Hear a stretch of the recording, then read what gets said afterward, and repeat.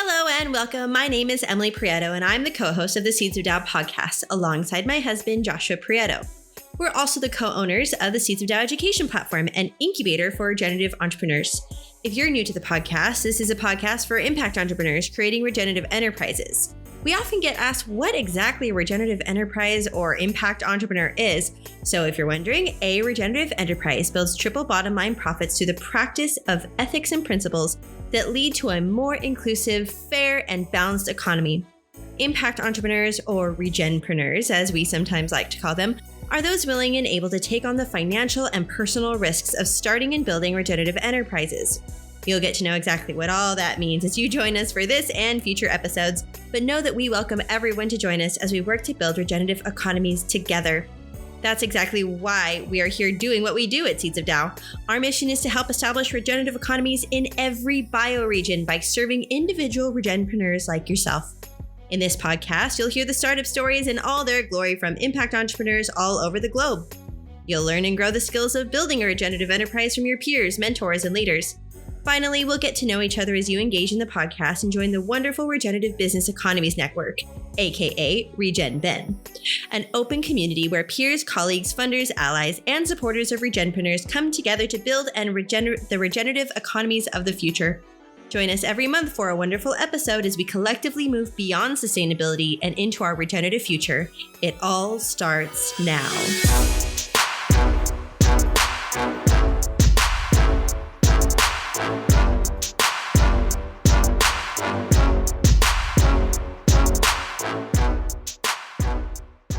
Welcome, everybody, to the Seeds of Dow podcast. My name is Joshua Prieto.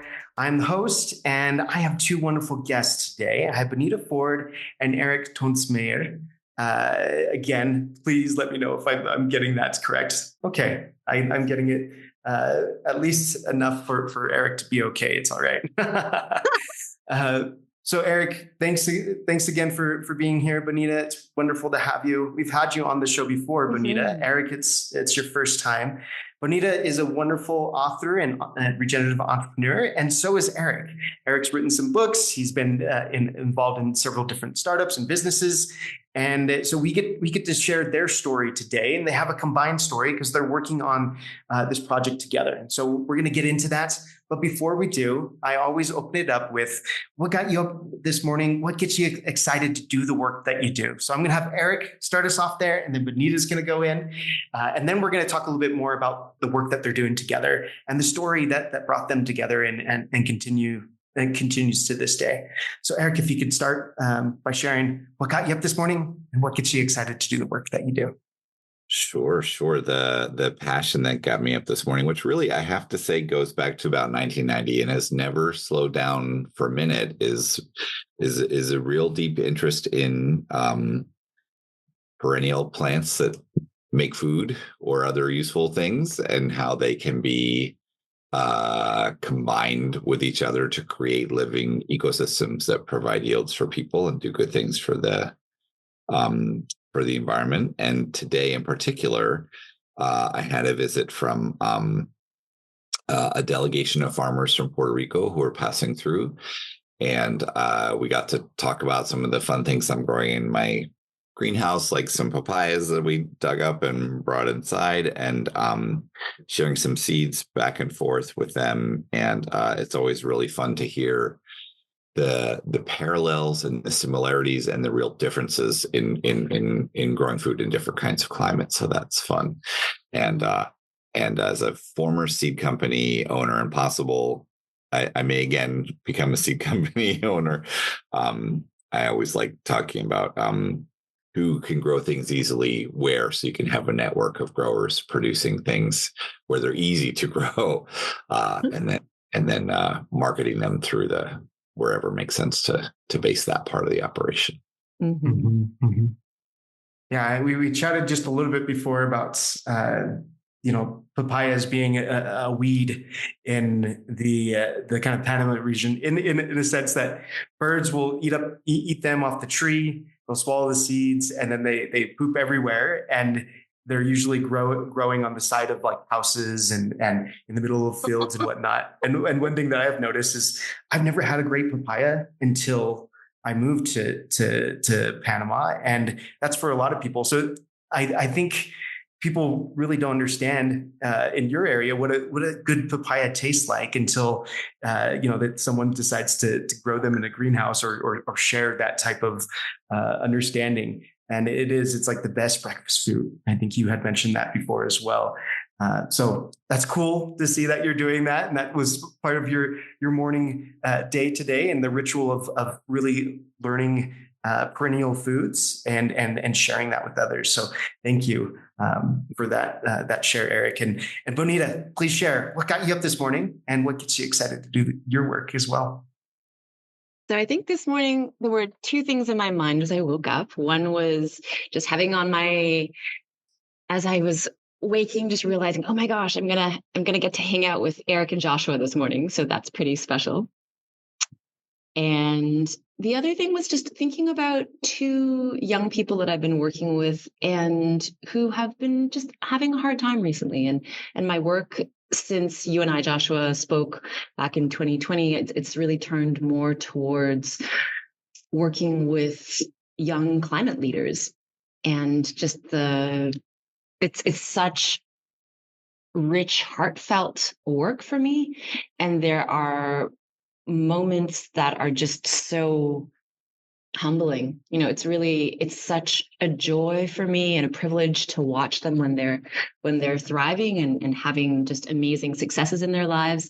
And then these moments that just stop me in my tracks when I know and I hear from them that they're struggling and having a hard time with anxiety or just different climate or eco emotions, and just really wanting to be there to support them. And so there were a couple of people that I've been just in closer contact with in this last little while, and just been thinking about them and their struggles and thinking about, I think that's really something that really sparks me in this period, is how best to support young climate leaders, how to be a mentor to them, how to be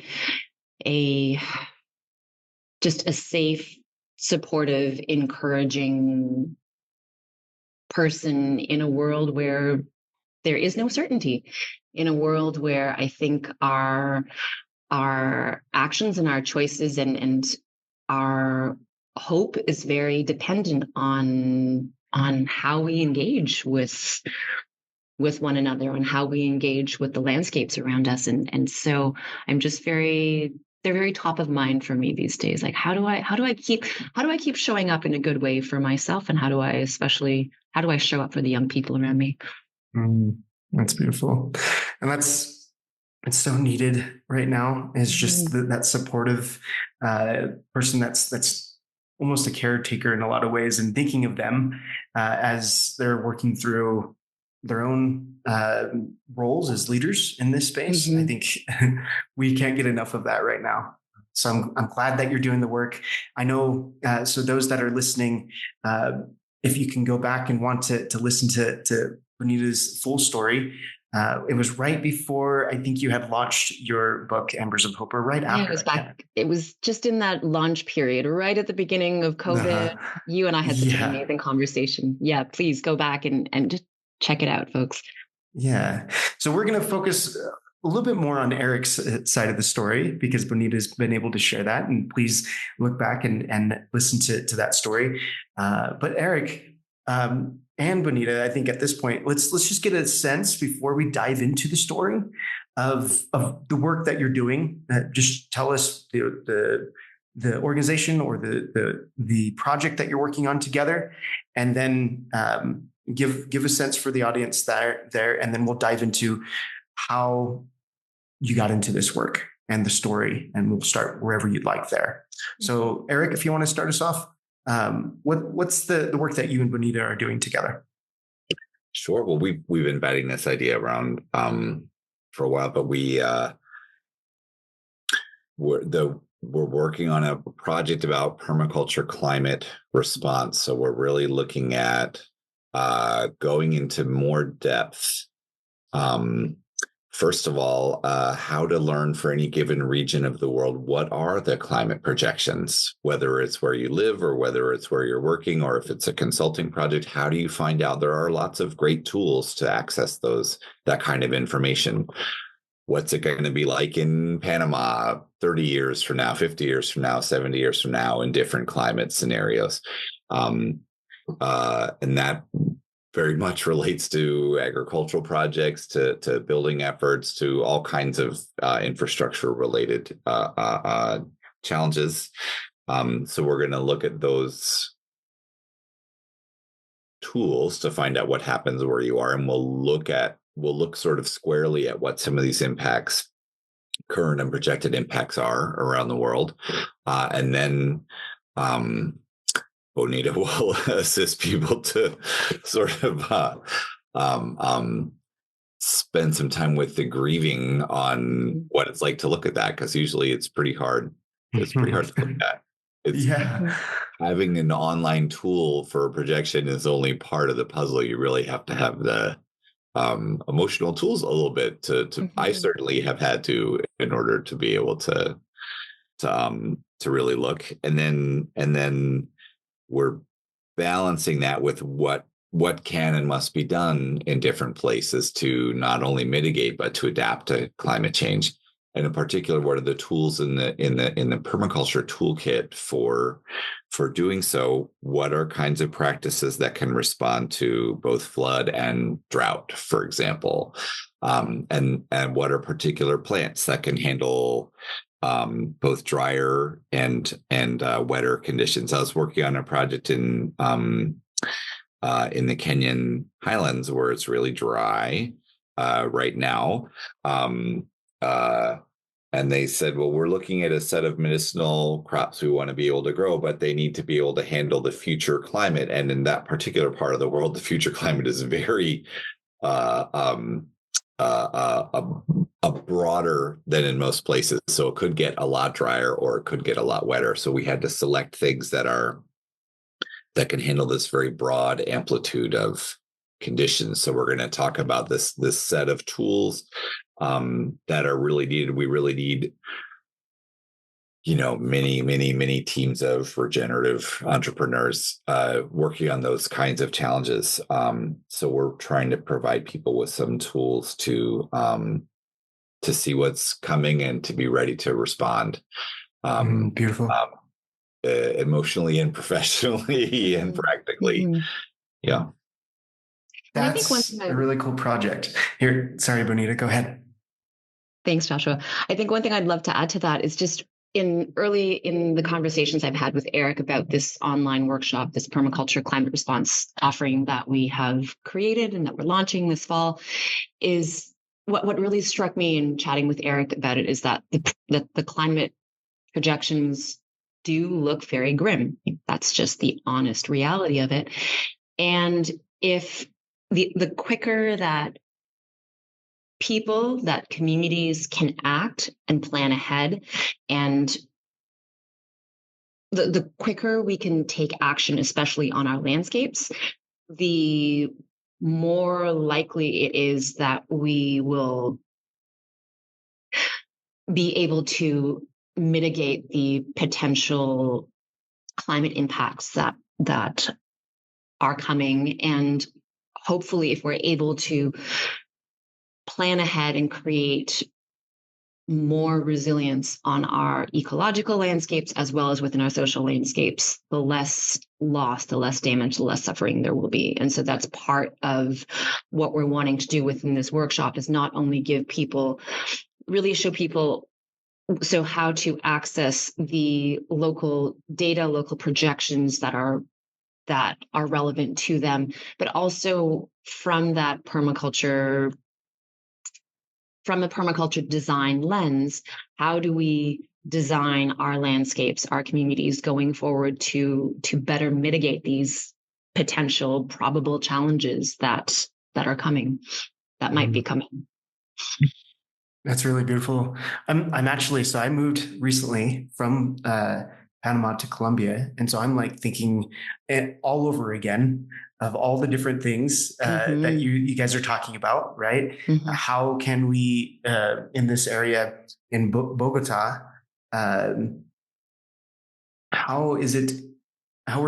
we don't get a lot of rain here per se compared to a lot of the other parts of the country. We're in a very mountainous area. In fact, we have to shut down water once a month. They kind of break it out into different areas, right? This area now has to shut off water. This area now has to shut off water. And so you do that one day a month, I think, is how they're working this out.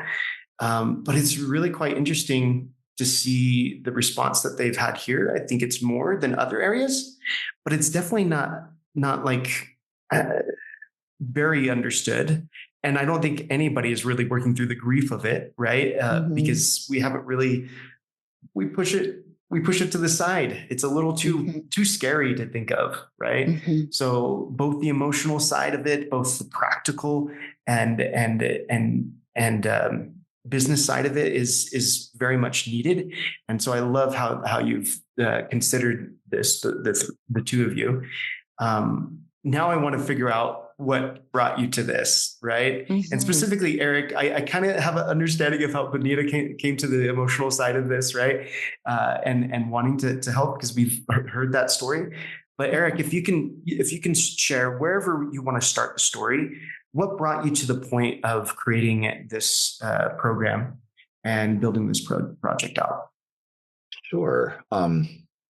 Well, let's see, the version of it I'll tell today, the thread I'll maybe walk through today is, for a long time I worked on these perennial crops and tree crops and agroforestry systems that integrate trees with other kinds of crop and livestock production, just because I thought they were really cool. I can't resist them, but also they're really fantastic impacts ecologically. It's a much, much more ecologically friendly way to do things. But and that was great, but I sort of added the climate lens somewhere around 2008, where I started to really take a look at climate change and say, not only, oh boy, this is very scary, but also, oh, it looks like the things I've been doing all this time are actually really great for this as well. Maybe I have something to contribute. Maybe I have something to offer here. So I began to work on that, looking at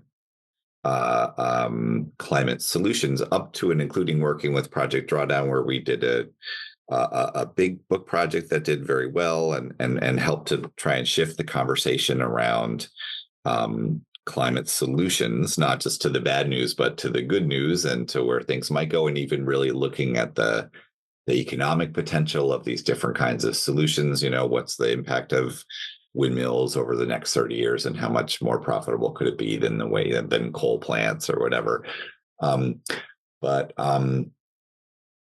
it started to become clear that information was not the only thing missing, that really there's this other piece that is really necessary. And as it became clear that we weren't making targets, that the world is not going to probably limit warming to 1.5 degrees Celsius and all of that, as you start to see the rapid changes that need to be made not being made fast enough, I've begun to look more and more at those impacts, at what's happening now, at what's projected. And they're really they're grim. I even did a chapter on that in the first book I wrote that I started in 2009 and came out not until 2016. That it's hard to look. It's hard to look at what's happening. It's hard to look at what's projected to happen, and in terms of the human suffering, in terms of the impacts on the planet. And I found it necessary to have counseling sessions just to be able to keep doing my job every day. And because mostly what I found is the more I look at the solutions, the more hopeful it gets. And I have to sort of balance the solutions work with the grim projections in order to be able to leverage myself through my day, maybe sometimes. But it's been immensely helpful. And I know so many people working in the climate world who really feel like they need something like that to be able to keep going at it. I mean, being part of a team of people working on it internationally is really helpful, knowing that you're with other folks. But there's it can be hard to look at. When I've done classes in particular regions where we look at particular projections, almost no one is really that familiar with them. It's hard for people to want to know almost. And we certainly can't create an effective response if we don't know what's happening. Yes. I just think that the emotional piece is needed. And it just so happens that I knew that Bonita was doing this work, was like a professional doing that kind of work. And I thought, oh my gosh, what, and also is very familiar with the other kind of work I do. So what a perfect way to put things together, to collaborate, to bring all the necessary pieces to play at one time. Yeah, that is kind of a match made in heaven, right? To go through that yourself and then to find someone that's working on that, I think is really a great opportunity. I want to just kind of focus on this part for a moment and say and ask you this question: when or was there a point that you really had that really sinking? Was it just one point that you had this sinking feeling that, oh man, we're doomed? Or, give me a point of your lowest, I guess, and where that might have been, and share a little bit of the journey of trying to deal with that, because I think it's important for us all to kind of recognize that moment and how we might be able to get through it. And you kind of mentioned some balancing it with the solutions was definitely a help, but yeah, please share if you can, the lowest point. I mean, there have been a number of them. I think first, I think it was coming to grips with the science and the projections. And then it was seeing then more recently, it's been seeing how we're failing to meet the challenge. But the first one on the projections, seeing just how bad it could be and how much human suffering could be and is indeed being caused now. It resonated with my sort of like personal understanding of great historical atrocities. My wife's family are from Guatemala, and my brother there is, he lives here now, is a genocide scholar of the Guatemalan genocide. So looking at these great, horrible things that have happened through history is never pleasant, but is really an important part of being a human being. And so to sort of see like, oh, this is all that playing out again. This is the same kind of patterns playing out again. This is that part of history sort of repeating itself in some ways. And what was useful that came out of that was to say some of the same processes that drove those atrocities are driving this. And some of the, including like right now, like some of the industries that are the biggest sources of emissions, like deforestation in parts of South America and some of the kinds of land clearing in Southeast Asia, brick making in South Asia, where there are enslaved people working in those industries right now today. Also, I came to see how some of those will be made worse by climate change, and also how some climate change solutions, if not done carefully, could actually enhance those atrocities and make them worse. So there's like all this stuff to pull apart there that unless I was able to look squarely at it, I wouldn't have been able to do. There's something about taking the time to process through those terrible things that is necessary in order to look squarely and make a plan of how to go forward. It's just a SWOT analysis, I guess, for human suffering and ecological destruction in a way. But that is a necessary thing. I found it keeps me able to do what I do. Mm-hmm. And Bonita, I kind of want to ask this a similar question to you, and then for the both of you, the pieces that have helped you, and maybe it's share a specific story or something that's been beneficial to you in coping and being able to work through those emotions and be able to continue doing the work. I have similar doubts and feelings. I just got back from a really big conference in Portugal. They just had their fires there. I mean, they're having their fires there right now, and I barely missed seeing all the smoke coming in. But it was starting to happen during the week that I was having this huge gathering of regenerative change makers, right? So it's just really interesting. And then you have to think about those things, right? They're in front of you, in your face right now.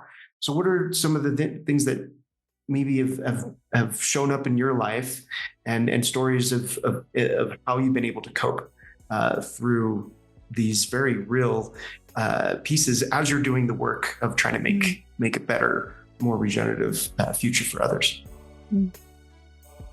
Let's take a moment for a brief promotional break and talk about the state of our world. There are famines, floods, and fires in our backyards, a global recession affecting our economies, and war and conflict tearing down our relationships with one another. You see it in the news, feel it in your wallet, and talk about it in your social networks. It's hard to think that it doesn't affect you in your personal life and bring you down in your work. Except you want to regenerate our lands, turn our economies into circular ones, and do it in collaboration and community with others. How are you supposed to do that when it seems like everyone's working against you? You're an entrepreneur and you have a business that's going to help us solve these problems and bring these solutions? You're telling me you're going to change people's minds and raise capital for your cause and bring in triple bottom line profits? You must be an optimist, a dreamer, or completely out of touch. Who's going to buy your products or services, take you up on that offer, or help you fund your do-good business?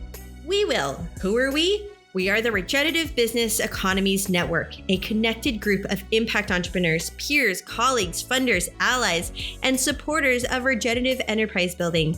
Together, we take on the financial and personal risks of building regenerative enterprises. It's all of us together that creates the change we want to see. We must believe in each other and the work we've devoted ourselves to. If you want to be supported and also lend support to impact entrepreneurs like yourself, follow the promotional link in the podcast description or head over to seedsofdow.com and click on Join the Community. With that, let's get back to the episode. So Joshua, you may recall when we chatted back in 2020 that for me, a big part of my personal journey has been around death and mortality, and just learning to make peace around that, and just the loss of two dear people in my life. And it's been a very spiritual journey for me. I think that is what allows me to continue to get up and do this work. And for me, it's been about, and when I think about my relationship with death and loss and grief, if you recall, Joshua, it's actually for me been a fairly uplifting journey. It's been really about learning to like not only dive into the depths of the sadness and the grief and the loss of control. It's also been about really, it's actually been more about how do I want to live my life? So given that I am human, given that we are mortal, given that we don't know I do not know when I will die. I don't know when is the end of our civilization, and when is the end of life on Earth? Will the Earth simply get swallowed by the sun? Is that the end date for life here? I don't know. And so learning to live with that uncertainty in an empowering way rather than in a disempowering way. So rather than oh, I don't know, and therefore I should stop trying. And admittedly, there are days and there are moments where I am very tempted to stop trying because the challenges seem so overwhelming that sometimes I would rather hide in bed. And at the same time, when I do get up and I go out to the garden and I see the life that is in our garden, and I go for a walk and I walk down to the river and I remind myself to reconnect with the life, the human life and the more than human life that is around me. I'm reminded that the story is not the end of this story. The end of our collective story as a civilization has not been written yet. It's not a closed book. And I'm part of that story. And I get to choose every day to engage in being a co-creator in this stage in human history. And so for me, when I remind myself of that, yes, there is uncertainty. Yes, there has already been loss. There continues to be loss and destruction.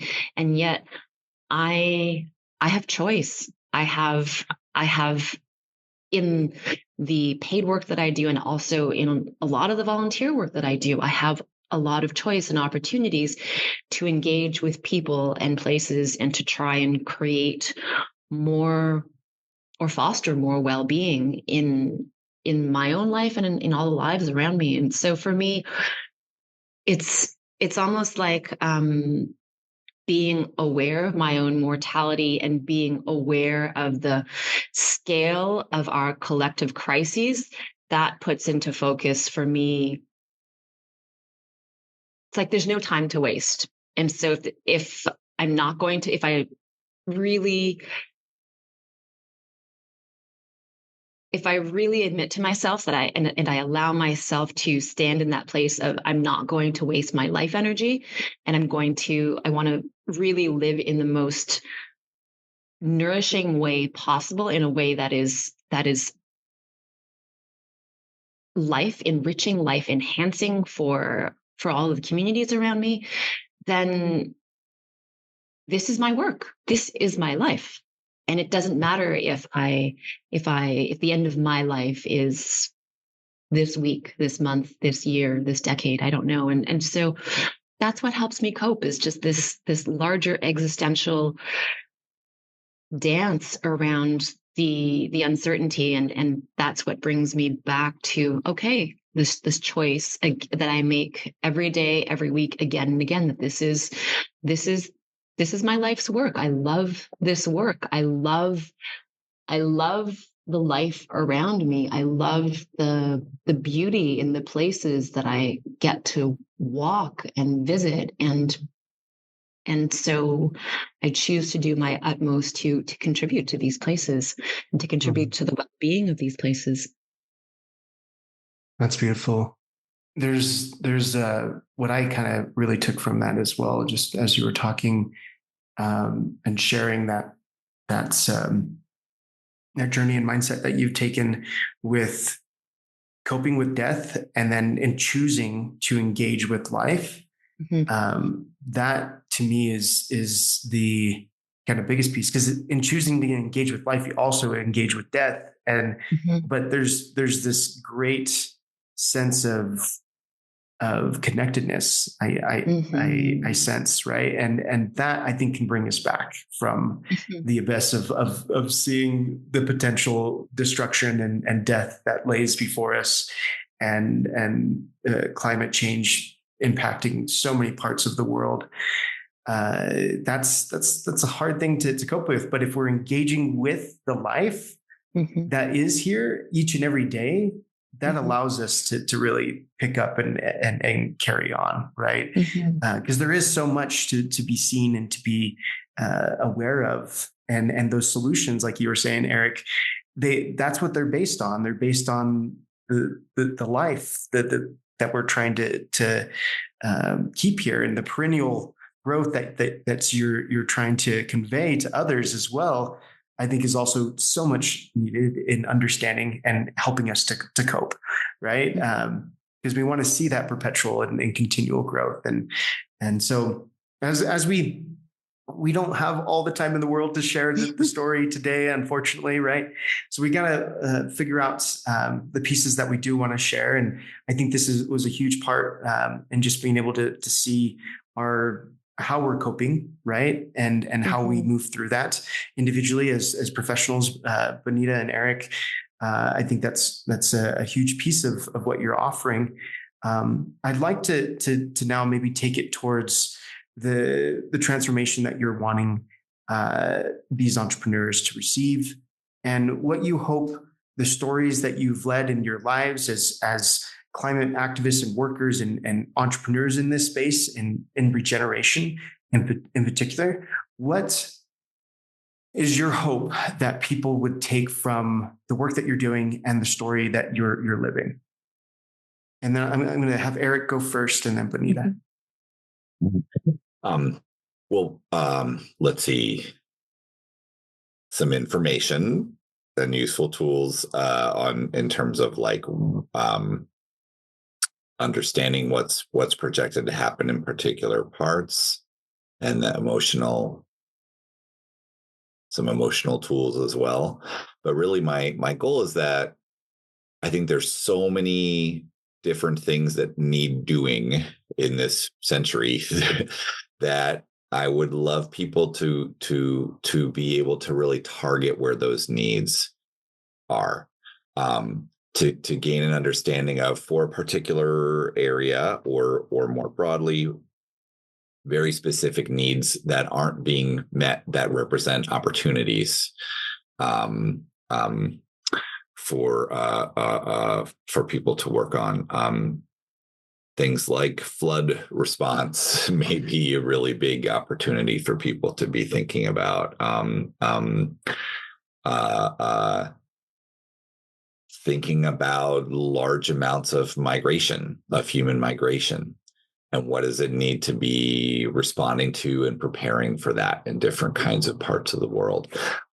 So a lot of these challenges don't have to be disasters for people if people are ready for it, if there's people ready to respond, if people have prepared and planned and thought about it and are ready to respond in a flexible way, because none of it's going to happen quite like we think it is. But I think I would like people to get an understanding of how they can sort of position themselves to be ready to do what's needed when it's needed. Mm-hmm. Mm-hmm. That type of resiliency, I think, is what you're offering in that space is so needed. And I think these entrepreneurs often, there's so much that we can work on, right? So much that we can do, and it's overwhelming in that regard. For me, especially, I often don't see the light at the end of the tunnel when it comes to the work that I'm trying to do. And so that amount of focus, I think, that to see the challenges that lay before you and to be able to find where you can really sink your teeth into making the work happen is so important. So thank you for offering that to entrepreneurs and to folks that are really trying to work through, leaders that are really trying to work through these challenges. Bonita. Oh, yeah. Yes. Go ahead, Eric. Just a little example from Colombia, actually, where which is more or less leading the Americas on bamboo construction. And one of the really interesting things about bamboo production on a big scale is that the big tropical bamboos, which grow, 120 feet tall, these big monstrous bamboos, are more resilient in the face of hurricanes. They bend over, but they're literally resilient. They bend over and bounce back. But even if they are, really knocked back and destroyed, they regrow to full size in just a couple of years and are ready to use in construction again in a very short time. Whereas a timber plantation needs to start back again from zero.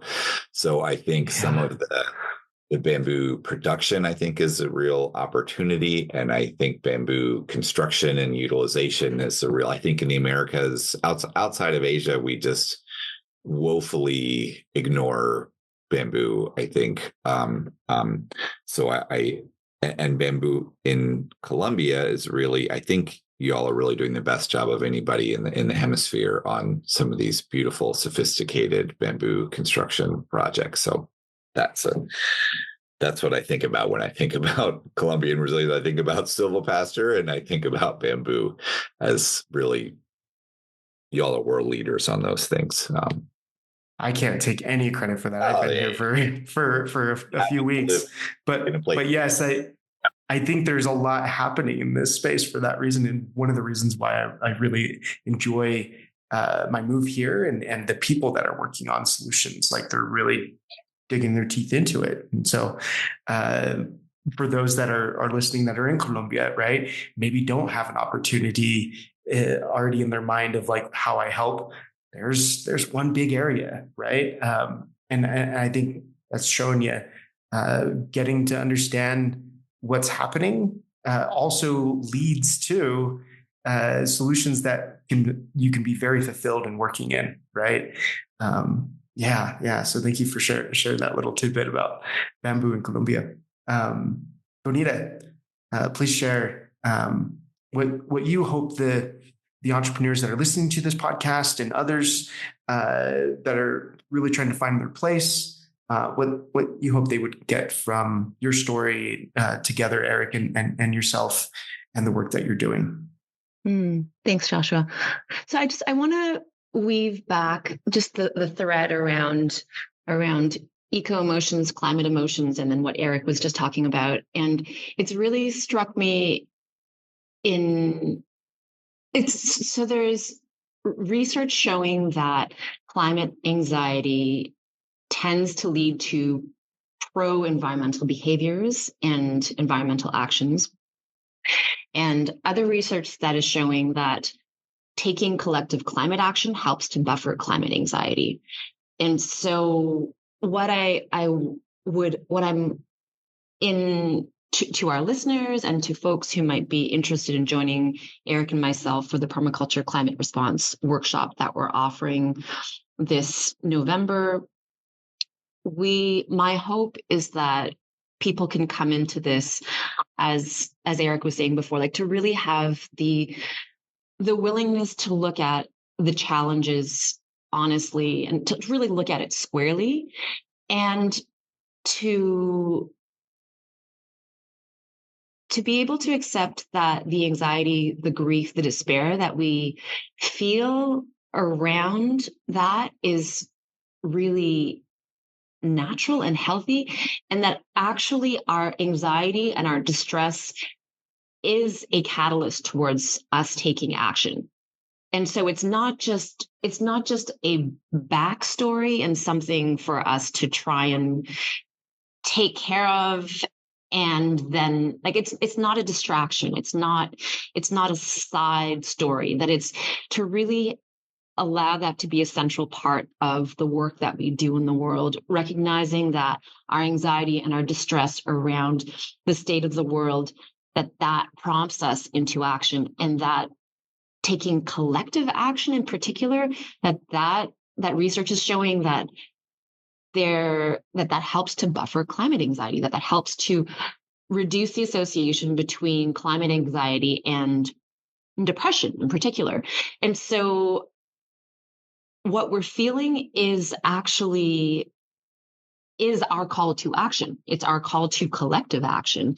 And I think what I'm hoping that people will take away from listening to this conversation is just to really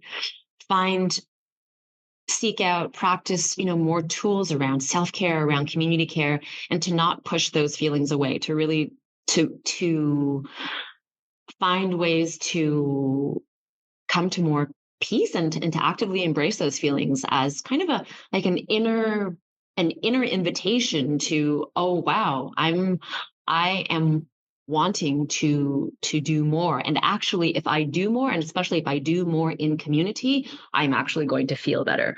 And so it's a really interesting, it's the feedback loop is very, very interesting around this. And so, yeah, and I hope that I hope folks that are listening to this will be more thoughtful about how their own personal, emotional, mental health struggles, how that layers into the work that they're feeling most drawn to doing in their own lives and in their communities.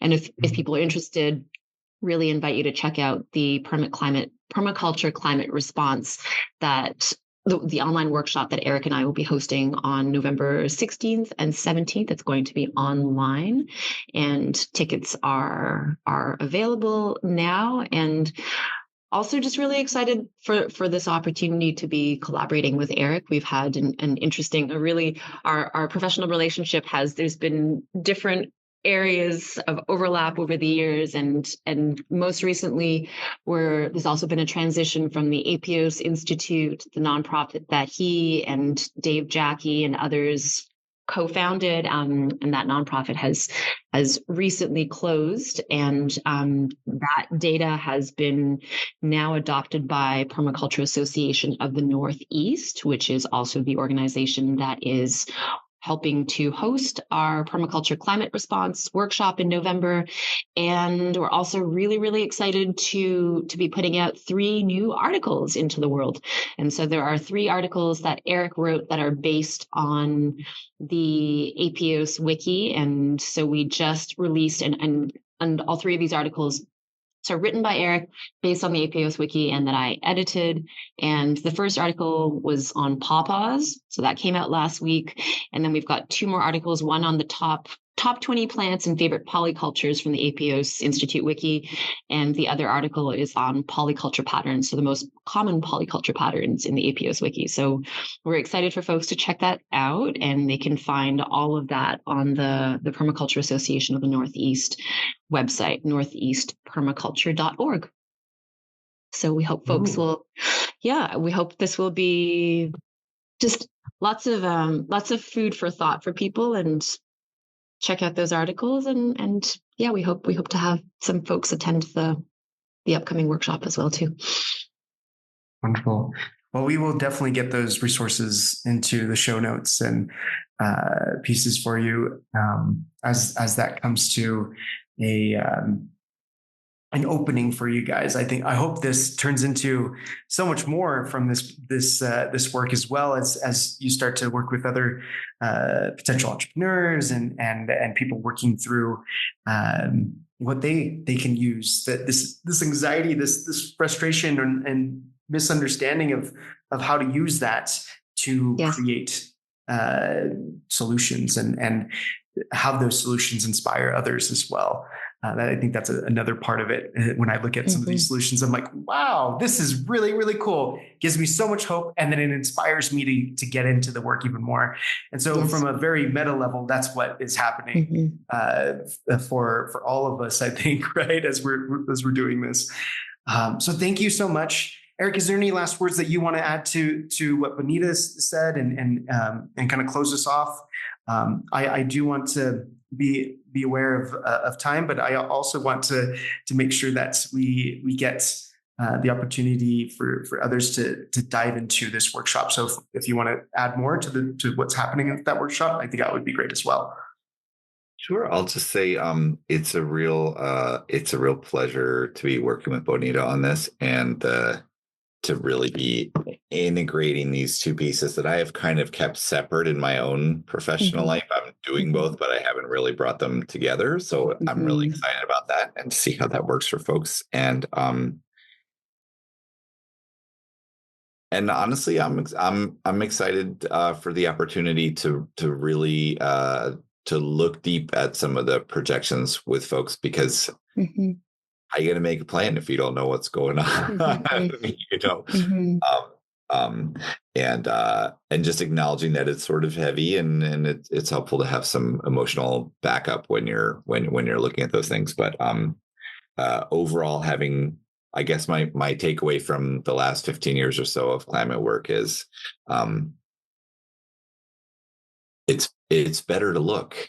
You're better off looking. You're better off knowing. And make better plans and actually address it. Hiding from problems doesn't make them go away.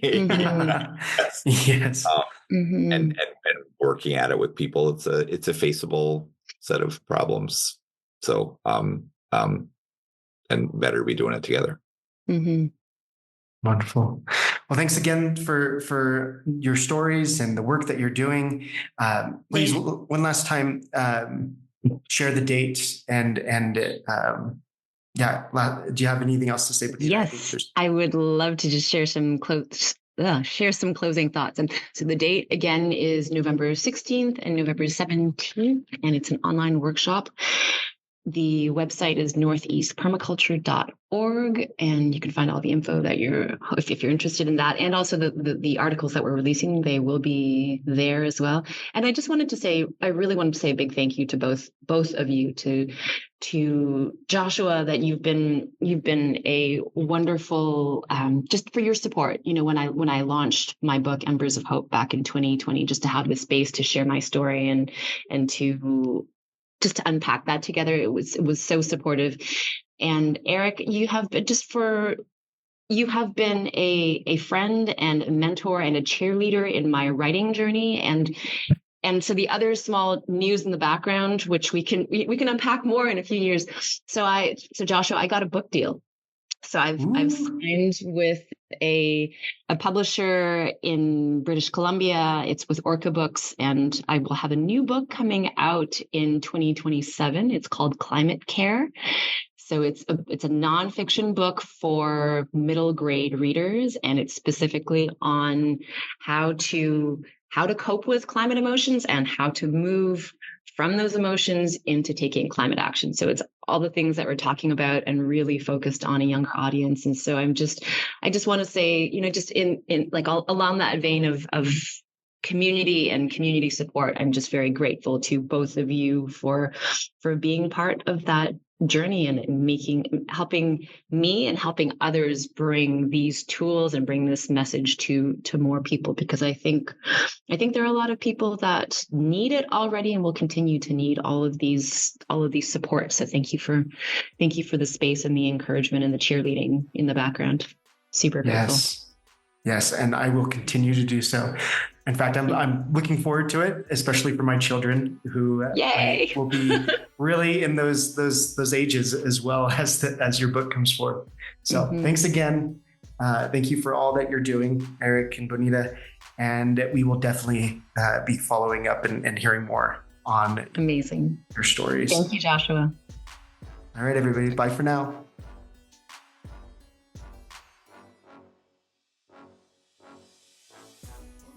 Thanks for joining us today. We hope you enjoyed the podcast. It really is a blessing and a pleasure to bring each episode to you. So what'd you think? If you enjoyed this podcast, please leave us a review or follow us on the podcast platform of your choice. Each review really does help us to further the reach of this podcast and move our mission forward to build regenerative economies in every bioregion. If you have a suggestion or feedback for us, please let us know in the open and free Regenerative Business Economies Network, known as RegenBen, which is linked in the description and in the show notes of this episode. RegenBen also has an awesome community request form that allows you to suggest guests, register to be a guest on the podcast, and share your own regenerative entrepreneur startup story, or any other suggestion you may have for the community. Without your feedback and requests, this podcast and community wouldn't be what it is, so please let us know. Now, this may be bye for now, but remember, it doesn't end here. It has only just begun. The regenerative economies of the future start now with you.